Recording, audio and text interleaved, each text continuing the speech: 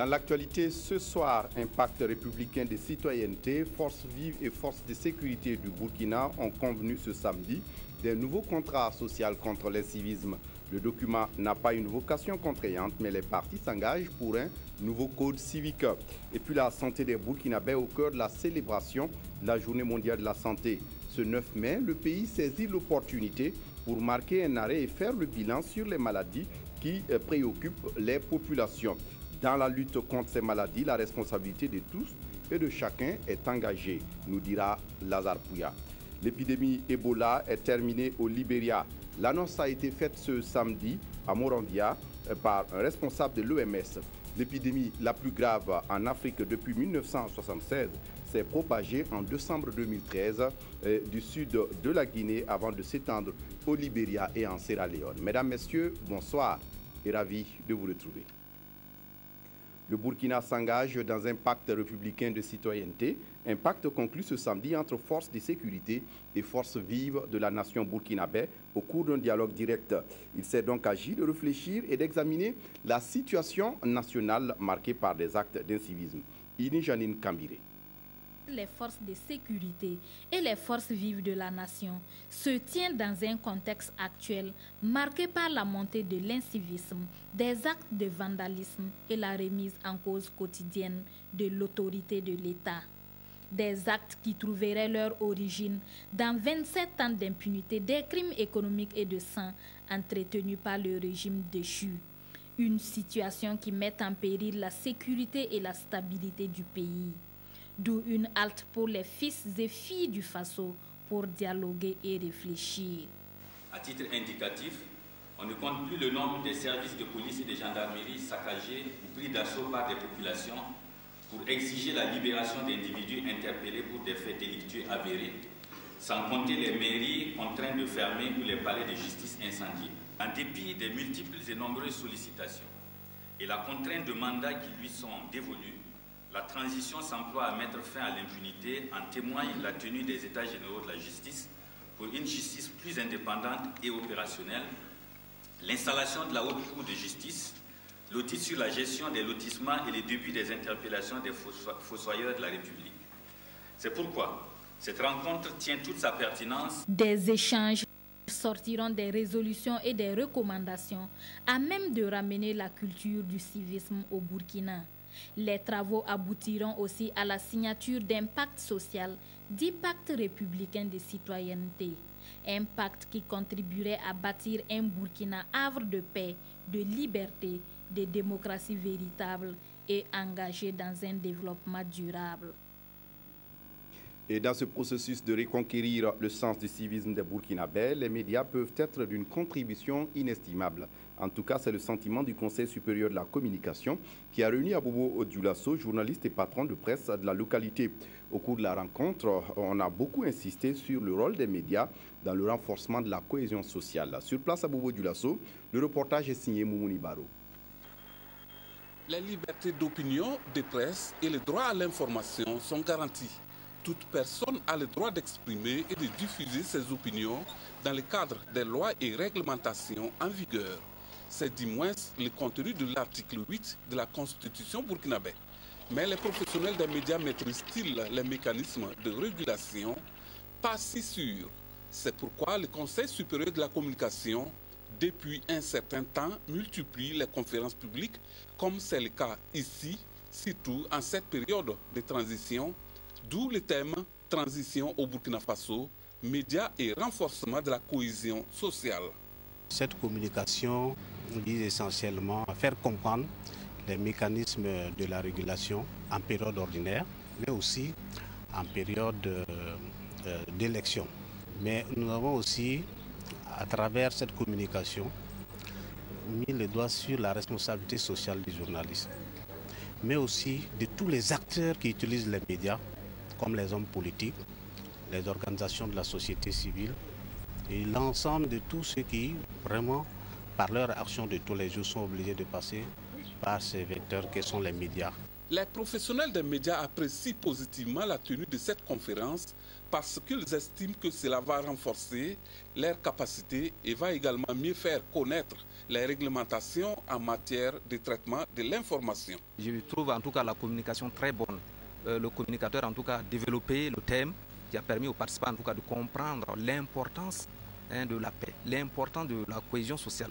Comme on l'a dit, c'est-à-dire que sans paix, sans stabilité, pas de développement. Cette rencontre a permis au Conseil supérieur de la communication de revenir sur les mesures prises par l'institution, à savoir la suspension des missions d'expression directe sur les radiodiffusions sonores et télévisuelles du Burkina Faso, sauf celles sur la santé et celles à caractère ludique, sentimental et culturel. L'objectif de ces mesures étant de consolider la cohésion pour la réussite des élections à venir. La cohésion sociale également évoquée au cours des assises du CDP, le Congrès pour la démocratie et le progrès. L'ex-parti majoritaire tient à Ouagadougou son 6e congrès ordinaire. Les délégués venus de l'intérieur du Burkina et de l'étranger se donnent la mission d'analyser la situation nationale et les défis de gouvernance qui se posent au parti, surtout après avoir perdu la gestion du pouvoir d'État. Ernest Kambiré. Cuvette du Palais des Sports de Ouagadougou. C'est ici que le CDP, le Congrès pour la démocratie et le progrès, tient son 6e congrès ordinaire, le congrès d'après-insurrection. Et face aux défis actuels et futurs, il est question de bâtir un CDP en phase avec son temps.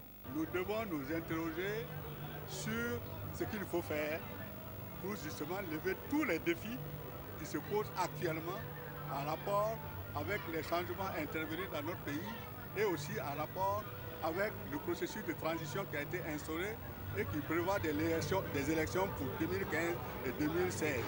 Et pour mener la réflexion et définir les nouvelles stratégies à même de conduire le parti vers de nouveaux horizons, environ 3500 à 4000 délégués venus des différents démembrements du parti et des représentants de partis amis et alliés participent aux travaux.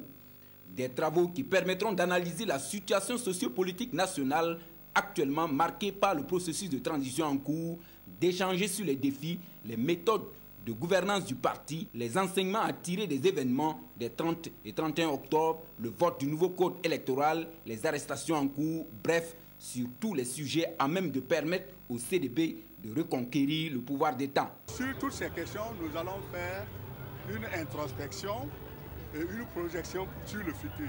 Qualifié de décisif ou congrès de tous les dangers par certains intervenants à la tribune, ce 6e congrès ordinaire est placé sous le sceau de la cohésion, de l'unité d'action, a laissé entendre Nabo Kanidoua, secrétaire exécutif national adjoint du CDP, qui a par ailleurs exprimé la solidarité et le soutien du parti aux militants actuellement détenus, dont la libération pure et simple a été demandée. L'Union provinciale des femmes du mouvement du peuple pour le progrès MPP du Poni a mobilisé ses membres ce samedi à Gawa pour une assemblée générale. Une rencontre qui a connu la participation d'une délégation de l'Union nationale des femmes du MPP. Objectif, selon les organisateurs, assurer une victoire au MPP et à son candidat au soir des élections d'octobre prochain. Le compte-rendu est signé ici, Draman Dadja. C'est une assemblée générale voulue par l'Union provinciale des femmes du mouvement du peuple pour le progrès MPP en vue de mobiliser la gente féminine des 10 communes du Poni en faveur du parti de rock, Marc-Christian Kaboré. C'est mobiliser davantage les femmes à sortir le jour des élections et aussi c'est les former pour que au moment venu qu'elles sachent voter, qu'elles sachent comment s'y rendre dans les urnes et pouvoir remporter la victoire. Ces femmes du MPP disent donc affûter leurs armes et n'attendent pas jouer les seconds rôles le 11 octobre prochain.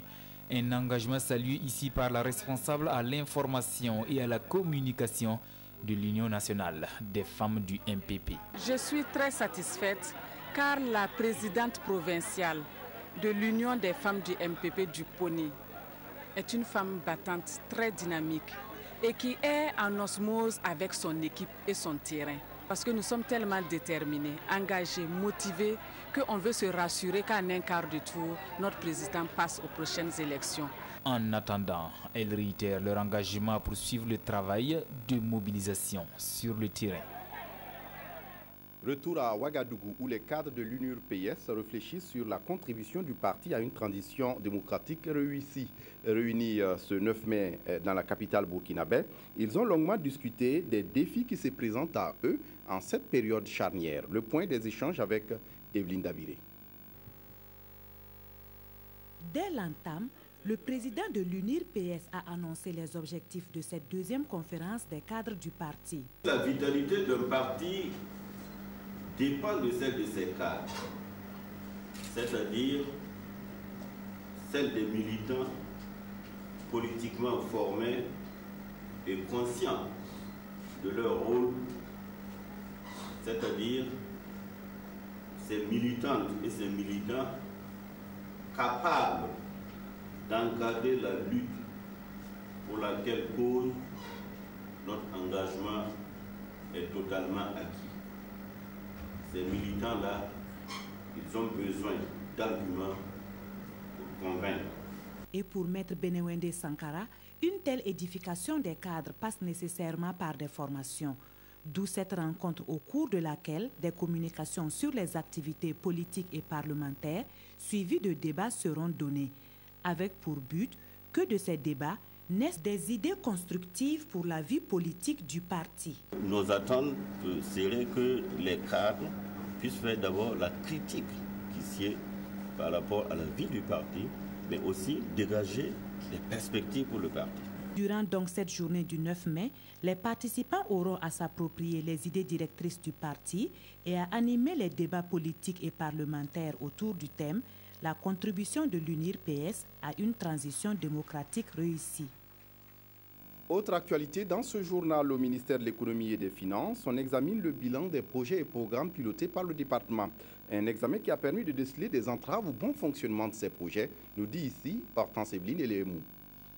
Au total, 15 projets et programmes sous tutelle du ministère de l'économie et des finances feront l'objet de cette revue. Pour ce qui est de leur bilan en 2014, le taux d'exécution physique avoisine les 80%. Si la performance de ces projets et programmes est à saluer, des difficultés subsistent tout de même. Nous nous trouvons avec les responsables des projets et programmes pour échanger sur les activités que ces projets et programmes ont menées durant l'année 2014 et percevoir les difficultés auxquelles ces projets et programmes sont confrontés en vue de trouver des solutions pour les actions futures. Outre les difficultés, la revue devrait permettre de renforcer la concertation entre la tutelle et les acteurs des projets et programmes. Elle devrait aussi favoriser le renforcement des rôles et responsabilités des acteurs intervenant dans leur mise en œuvre. Le ministère de l'économie et des finances, plus que jamais déterminé dans la mobilisation des ressources financières ici au Faso. En ces temps qui courent, les attentes des populations sont légion. Ce 7 mai à Bobo-Dioulasso, le ministre Jean-Gustave Sanon était face à ses collaborateurs de la région et il a invité ses hommes à plus d'initiatives pour qu'au soir du bilan, l'on puisse se réjouir de la qualité des résultats. Karim Sissé, sur place à Bobo-Dioulasso. C'est un face-à-face entre le ministre de l'économie et des finances et ses collaborateurs des structures déconcentrées de la région de Haut-Bassin. Un face-à-face pour échanger à bâton rompu sur les problèmes qui entravent le rayonnement des structures déconcentrées. Dans un contexte post-insurrectionnel où les ressources financières se font rares, il était de bon ton de parler le même langage afin de relever les défis en termes de mobilisation de ressources financières. Cela interpelle le ministère à développer davantage d'initiatives pour pouvoir en tout cas accroître l'assiette fiscale, accroître le niveau de recouvrement des recettes, pour pouvoir donner à l'État les moyens donc, de sa politique. Vous savez très bien qu'aujourd'hui les attentes sont fortes, elles sont urgentes, il faut les financer. Les agents des structures déconcentrées du ministère de l'économie et des finances des Hauts-Bassins On salue la démarche de leur ministre de tutelle. Pour eux, c'est une aubaine qui leur permettra de résoudre certains problèmes urgents. Les préoccupations sont nombreuses. Il y a des problèmes, par exemple, des locaux. Vraiment, nous avons des locaux, en tout cas, qui laissent à désirer. Nous avons des problèmes au niveau du déplacement, on n'a pas de véhicules. Nous avons également, en fait, le personnel qui n'est pas, en tout cas, un personnel qui n'est pas suffisant pour pouvoir effectivement remplir nos missions dans les régions. Et vraiment, c'est autant de problèmes vraiment que nous comptons en tout cas de discuter avec Monsieur le ministre. Après Bobo Dioulasso, Jean-Gustave Sanou mettra le cap sur Banfora pour s'entretenir avec les agents des structures déconcentrées de son département. Je le disais en titre, la santé des Burkinabés au cœur de la célébration de la Journée mondiale de la santé. Ce 9 mai, le pays saisit l'opportunité pour marquer un arrêt et faire le bilan sur les maladies qui minent son développement. Des maladies comme le paludisme, la tuberculose et celles liées au risque sanitaire des aliments. La responsabilité de chacun est donc engagée pour lutter efficacement contre ces pathologies. Lazare Pouya. Ces 3 journées mondiales de la santé, célébrées ce 9 mai à Zorgo dans le Ganzourgou, concernent la lutte contre la tuberculose, la sécurité sanitaire des aliments et la lutte contre le paludisme.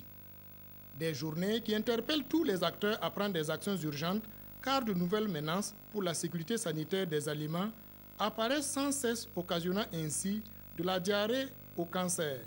Les enfants en paient le plus lourd tribut et le tableau est encore plus sombre pour eux quand il s'agit également du paludisme. Pour cette célébration, le thème investi dans l'avenir vaincre le paludisme évoque l'impérieuse nécessité de maintenir l'engagement politique en faveur de la lutte contre le paludisme, d'accroître les ressources financières et humaines et l'investissement dans les produits et les infrastructures. L'année passée, presque 83% des cas de paludisme sont notifiés dans la région africaine. Et quelle est la mortalité? 584 000 cas de décès dans le monde et à peu près 528 000 cas de décès au niveau de la région africaine. 90% de décès, dont 75% sont des enfants. Vous voyez que c'est un problème très grave. En ce qui concerne la tuberculose, c'est 9 millions de cas dans le monde et c'est à peu près 35% de cas qui sont recensés dans la région africaine. Vaincre le paludisme, la tuberculose et l'insécurité sanitaire des aliments au Burkina Faso n'est pas une vision irréalisable. Reste que chacun doit donner le meilleur de soi-même pour l'atteinte de ce résultat, d'où l'implication des autorités politiques. Cette année, c'est la question de la sécurité des aliments. Pour voir et rappeler aux uns aux autres comment faire, quelles sont les stratégies, quelles sont les actions que nous devons mener pour avoir une hygiène alimentaire qui puisse répondre à un état de santé convenable. Des prix en nature et en chèque allant de 125 000 à 1 500 000 francs CFA ont été remis aux meilleurs districts sanitaires, aux centres hospitaliers régionaux, aux centres de dépistage de la tuberculose et aux associations qui se sont distinguées par leurs actions contre les maladies sur le terrain. Avoir un prix, surtout un premier prix, pour un centre hospitalo-universitaire comme le nôtre, c'est surtout une invite à corriger dans les meilleurs délais les dysfonctionnements qui ont été révélés lors des notations. 3 autres personnalités, dont une a été faite chevalier de l'ordre national et les 2 autres commandeurs de l'ordre du mérite de la santé, de l'action sociale avec Agrave Santé, pour leur contribution à l'avancée de la santé dans notre pays. Au Burkina Faso, l'alimentation du nourrisson et du jeune enfant n'est pas chose aisée pour les parents. Et dans la boucle du Mouhoun, le problème se pose avec le projet Nourrisson lancé cette semaine par une ONG américaine va aider à combler le gap. Quelle est la vision du projet et comment va-t-il déployer ses activités? Francis Tien nous donne ici des éléments de réponse. Améliorer les pratiques en matière d'allaitement et d'alimentation du nourrisson, c'est l'objectif visé par l'ONG américaine et Live and Thrive à travers le lancement de son projet Alimentation du nourrisson et du jeune enfant. D'un coût global de plus de 3 milliards de francs CFA, le projet entend gagner la bataille contre la malnutrition et la mortalité infantile grâce à la promotion de l'allaitement maternel.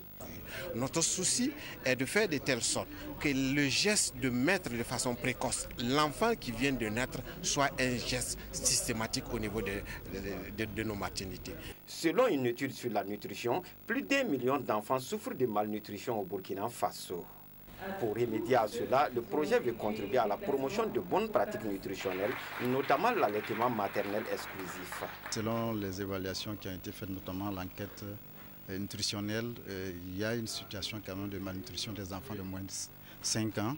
Et donc, ce qui fait que le projet vient accompagner le Burkina Faso. L'objectif fixé, c'est de porter le taux d'allaitement exclusif au lait maternel à moins 60% d'ici l'an 2025. Pour plus d'efficacité sur le terrain, l'ONG américaine compte mettre l'accent sur la communication. Nous allons nous focaliser sur 2 composantes particulières. La première composante, c'est justement la communication interpersonnelle et la mobilisation sociale. Il y a également que justement nous allons avoir des causeries pour permettre justement un changement de comportement en faveur de l'allaitement maternel. L'implication des différents acteurs et le suivi du projet permettra de réajuster les tirs en cas de nécessité. Et puis comment réhabiliter les femmes accusées de sorcellerie et victimes d'exclusion? Le Bureau Afrique de l'Ouest de l'UNESCO, basé à Dakar, avait lancé en septembre dernier un projet visant à l'autonomisation économique des pensionnaires du centre d'El-Wendé dans la capitale burkinabé. Les accusations de sorcellerie et suivi des exclusions constituent une des graves violations des droits des femmes et freinent leur développement social. Estelle Judita Sogba. Après le lancement du projet Intégration de la vulnérabilité dans les politiques publiques pour promouvoir l'inclusion sociale et la lutte contre la pauvreté et la discrimination des groupes les plus défavorisés, connu sous l'appellation projet d'El-Wendé, les décideurs politiques, autorités coutumières, religieuses et les acteurs de la société civile œuvrant dans la promotion des droits humains se retrouvent une fois de plus au centre d'El-Wendé de Tanguay. Objectif: poursuivre leur combat en vue de la réinsertion sociale de ces femmes brutalement arrachées de leur famille. Il s'agit non seulement de travailler à améliorer leurs conditions de vie, à faire que ce soit elles-mêmes qui produisent leur propre richesse. Mais ce n'est pas tout. C'est pour aussi travailler à ce que la situation sociale, la situation des mentalités évolue de manière à ce qu'elles puissent rejoindre leur foyer d'origine. Un chapelet de recommandations a été égrené à l'adresse de tous. En ce qui concerne les communautés nationales, il y a lieu de s'impliquer individuellement dans la sensibilisation continue en vue du changement de mentalité, de témoigner du respect et de défendre les droits des victimes pour restaurer leur dignité humaine. Pour le ministère de l'Action sociale et de la solidarité nationale, il y a lieu d'accompagner psychologiquement les pensionnaires du centre d'El-Wendé en vue de l'acceptation de leur relogement, de suivre l'adoption du projet de loi portant protection et promotion des droits des personnes âgées et le texte d'application y afférent. Les 3 ministres concernés par la situation de ces femmes ont invité l'assistance à multiplier les actions de sensibilisation en vue du changement des mentalités et de l'éradication de cette forme de violence. Tout en reconnaissant les efforts fournis à leur égard pour leur bien-être, elles sollicitent davantage d'autres soutiens. L'UNESCO nous a aidés à réussir nos activités génératrices de revenus et aussi la commercialisation. Nous en sommes heureuses. Nous refusons cependant de rejoindre le nouveau site de relogement. Nous demandons qu'on réfectionne là où nous sommes pour que nous continuions de bénéficier de l'assistance de bonne volonté.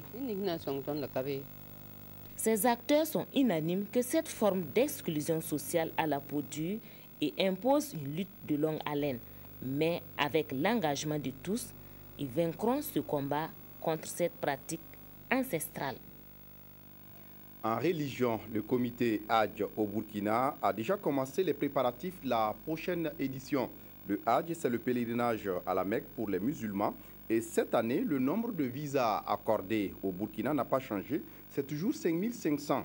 On apprend également que ce sont au total une quarantaine d'agences de voyage qui est chargée de l'organisation. Mais le souhait des futurs pèlerins est de ne plus vivre les mêmes calvaires que les années précédentes. Aruna Mari. C'est une ambulance équipée d'une valeur de plus de 25 millions de francs CFA que l'Office national de l'eau et de l'assainissement ONEA offre à la Brigade nationale des sapeurs-pompiers. Un acte de solidarité que la nationale de l'eau et de l'assainissement pose pour améliorer les conditions de travail des soldats du feu. On peut être victime d'un accident en route. Donc la démonstration nous a été faite, même si ce n'est pas un accident de circulation, on peut avoir un malaise en cours de route. Donc il est donc à l'endroit de l'ensemble du peuple. C'est l'occasion pour moi aujourd'hui vraiment de remercier tout le personnel lyonnais avec son directeur général pour ce don pour notre population qui va vraiment servir à la population et qui permettra d'augmenter la capacité opérationnelle de la Brigade nationale des sapeurs-pompiers. Cette remise de l'ambulance entre dans le cadre des activités de la 5e édition de l'activité de bienfaisance et de marketing social de l'ONEA. On nous signale que Haruna Amaré n'est pas là. On le retrouvera certainement dans les prochaines éditions. Et là, vous venez de voir l'ONEA qui a fait don d'une ambulance à la Brigade nationale des sapeurs-pompiers. Un geste de solidarité qui apporte un plus aux interventions des pompiers, nous a dit ici Amadine Lalsaga. Décentraliser les lieux de jeu pour les turfistes, la Lonabé vient d'ouvrir une agence à Tanguin, un quartier d'Ouagadougou. L'ouverture officielle des locaux est intervenue ce 7 mai en présence de Claudine Bikaba. C'est la 3e agence de la Lonabé qui est inaugurée ici par le directeur général de cette institution à travers la coupure du ruban. Un geste symbolique qui vient soulager les parieurs de Tanguin. Ça va nous permettre quand même de pouvoir jouer dans notre quartier. Sinon, auparavant, on était obligé de quitter ici, aller dans les quartiers voisins pour pouvoir jouer. Maintenant que ça y est dans notre quartier, vraiment, c'est une belle satisfaction pour nous. On est très contents d'avoir ça dans le quartier ici. On souhaite surtout bonne chance à nous tous. Et longue vie à la Lonabé. Pour les responsables de la loterie nationale burkinabé, cela entre dans le cadre de l'expansion de leur structure dans la ville de Ouagadougou.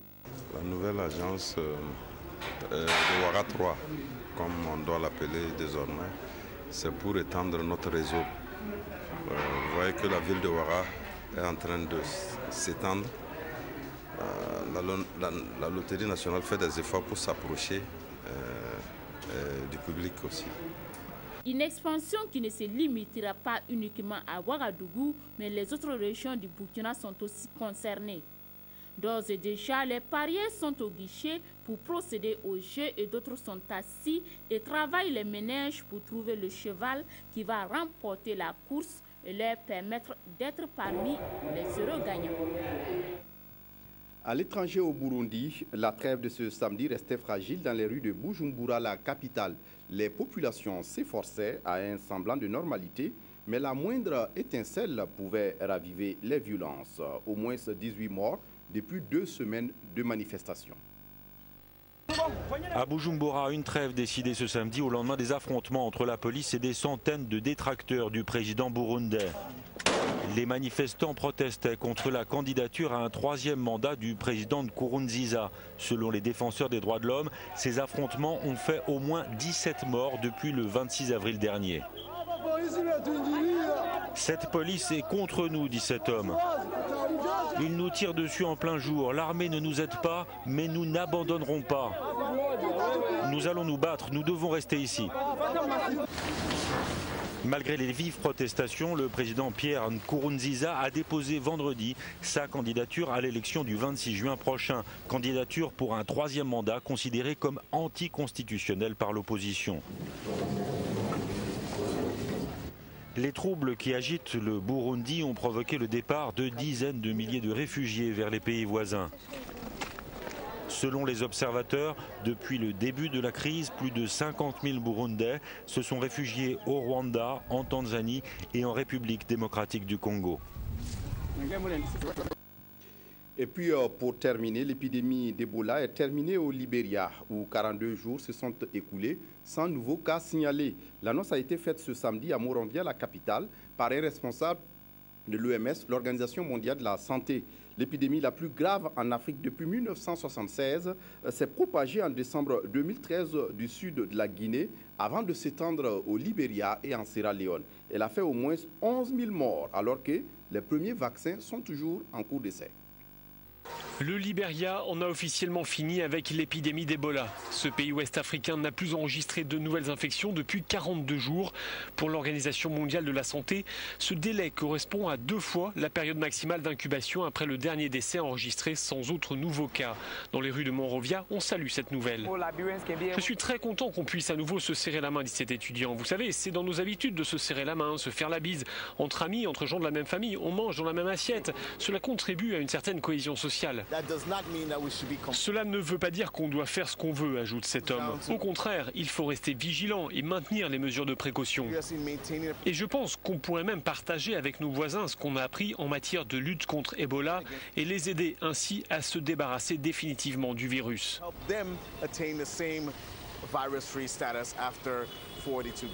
L'épidémie s'est déclenchée début 2014 en Afrique de l'Ouest, touchant essentiellement le Libéria, la Guinée et la Sierra Leone. En un peu plus d'un an, près de 27 000 personnes ont contracté la maladie, plus de 11 000 en sont mortes.